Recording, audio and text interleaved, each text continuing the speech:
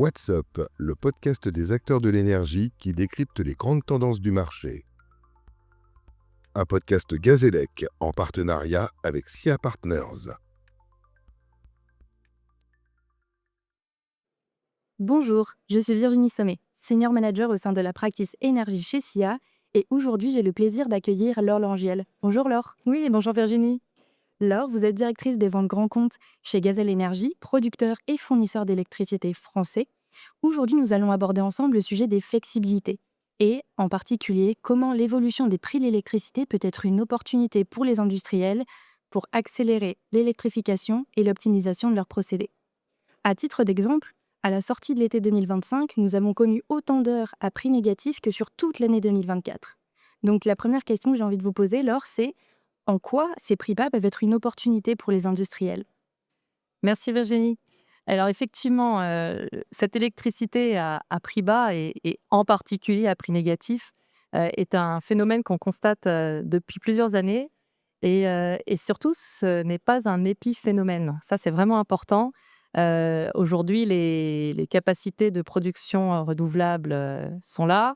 L'électricité nucléaire est disponible et aujourd'hui et la consommation électrification se font à un rythme un peu plus faible. Donc on a cette fenêtre de tir et on va parler d'un cas assez concret aujourd'hui puisque Gazelle Énergie, on a lancé une activité de flexibilité qui est en charge, notamment donc, d'arbitrer ces marchés de façon à pouvoir bénéficier de ces prix bas et donc sur des activités de batterie, et également des activités pour des industriels, puisque nous sommes fournisseurs de gaz et d'électricité. Nous avons un portefeuille d'industriels qui a besoin de nous pour les aider à optimiser leurs coûts et leurs projets, et notamment le sujet aujourd'hui, ce sont les chaudières électriques, donc on appelle aussi e-boilers, qui sont des chaudières qu'on installe en parallèle des chaudières à gaz de façon à essayer d'arbitrer et d'être toujours produire la vapeur au moins cher. Et alors, il y a d'autres avantages à ça, bien sûr. Le premier, c'est que au-delà de l'aspect économique qu'on va étudier ensemble, c'est on va surtout se décarboner puisqu'on va, au lieu de consommer du gaz, on comprend bien, consommer de l'électricité, ce qui a du sens pour un industriel qui est soumis au plan national d'allocation des quotas, qui doit payer chaque tonne de CO2 émise doit être payée et donc là, on vient réduire automatiquement cette empreinte carbone. Mais aussi pour les autres industriels, et ça, il faut vraiment bien l'avoir en tête, tous les industriels qui vont être soumis au plan national, à l'EU ETS2, donc qui est une tonne, les tonnes de CO2 vont être également coûteuses à partir de 2027 pour ces industriels-là. Et donc, même si on n'a pas l'impression qu'on est concerné aujourd'hui, demain, ça sera le cas. Et cette électrification sera d'autant plus bénéfice, d'autant meilleure.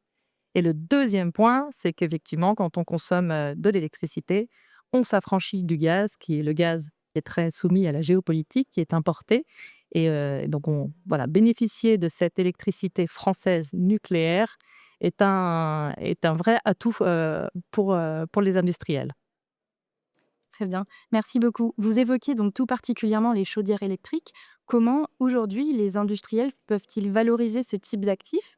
Et est-ce que vous connaissez des secteurs qui sont donc plus concernés par ces chaudières électriques?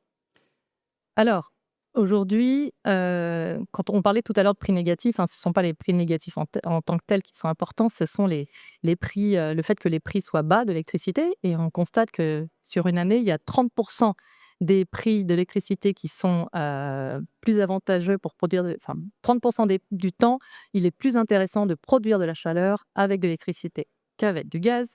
Et quels clients, quels consommateurs sont concernés? Essentiellement, ceux qui vont consommer, qui sont capables de consommer l'électricité au moment où elle n'est pas chère.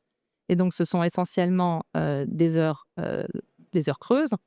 Donc, bon, on va dire essentiellement les heures de nuit, les périodes où l'électricité n'est pas chère, il y en a aussi de plus en plus hein, en journée. Donc, si vous consommez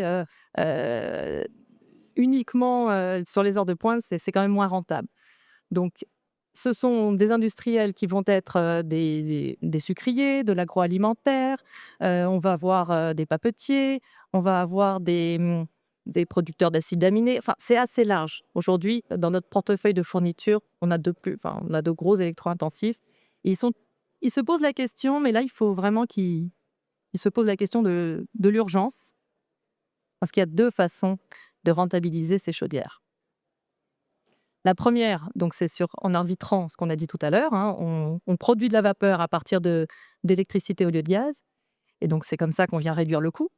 Mais le deuxième, et là c'est vraiment important, c'est qu'il y a une petite cerise sur le gâteau.